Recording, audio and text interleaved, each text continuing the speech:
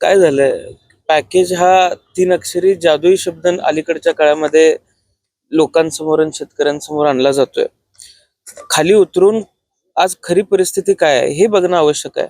शेतकऱ्यांना जे पॅकेज दिलं गेलेलं आहे किंवा जे नुकसान भरपाई दिली गेलेली आहे, ती नुकसान भरपाई पूरक आहे का हे सुद्धा बघितलं पाहिजे. त्यामुळे निव्वळ पॅकेजच्या नावाखाली, निव्वळ पॅकेज सारख्या शब्दाच्या ओझ्याखाली शेतकऱ्यांना चिरडण्याचं काम शासनानं करू नये.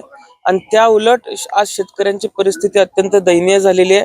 शेतकऱ्यांचं जीवनमान उंचवण्याचं धोरण अद्यापही केंद्र शासनाचंही नाही आणि राज्य शासनाचंही नाही. त्यामुळे दूरगामी विचार करून शेतकऱ्याचा विचार शासनानं केला पाहिजे, अशी प्रमुख मागणी 293 अन्वये मी करणार आहे. मदतीसाठी केवायसी हे महत्वाचं आहे असं म्हटलं जातंय. आपल्या जिल्ह्यातली नेमकी केवायसी संदर्भातली परिस्थिती काय आहे?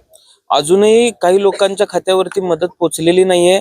केवायसीची कामं अपूर्ण आहेत, केवायसीची पडताळणी अपूर्ण आहे आणि हे सगळं शासकीय टेक्निकल जे काम आहे ते सुद्धा अपूर्ण असल्यामुळे आज बहुतांश शेतकऱ्यांना अनंत अडचणींना सामोरं जावं लागतंय. आम्ही केवायसीच्या संदर्भामधली मागणी सुद्धा कृषी मंत्र्यांसमोर करणार आहे. खरं तर विविध योजनांची घोषणा तर झाली, मात्र सरकारची तिजोरीत नेमकी परिस्थिती काय आहे आणि त्यामुळेच ह्या सगळ्या मदती पोहोचण्यासंदर्भात उशीर होतोय.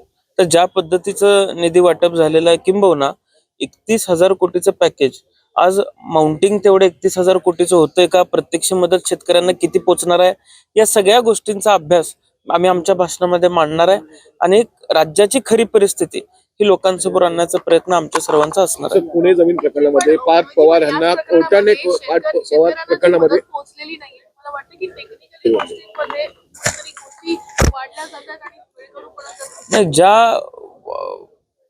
जी अमाऊंट 31,000 कोटी ही प्रत्यक्ष शेतकऱ्यापर्यंत पोहोचणारच नाहीये. मुळात हा 31,000 कोटीचा आकडा तयार कसा होतोय याचा सुद्धा अभ्यास आपण सर्वांनी केला पाहिजे.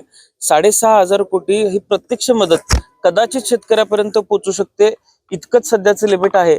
आणि आज शेतकऱ्याची फसवणूक या पॅकेज या शब्दाच्या नावाखाली होऊ नये एवढीच विनंती मी शासनाला करणार आहे.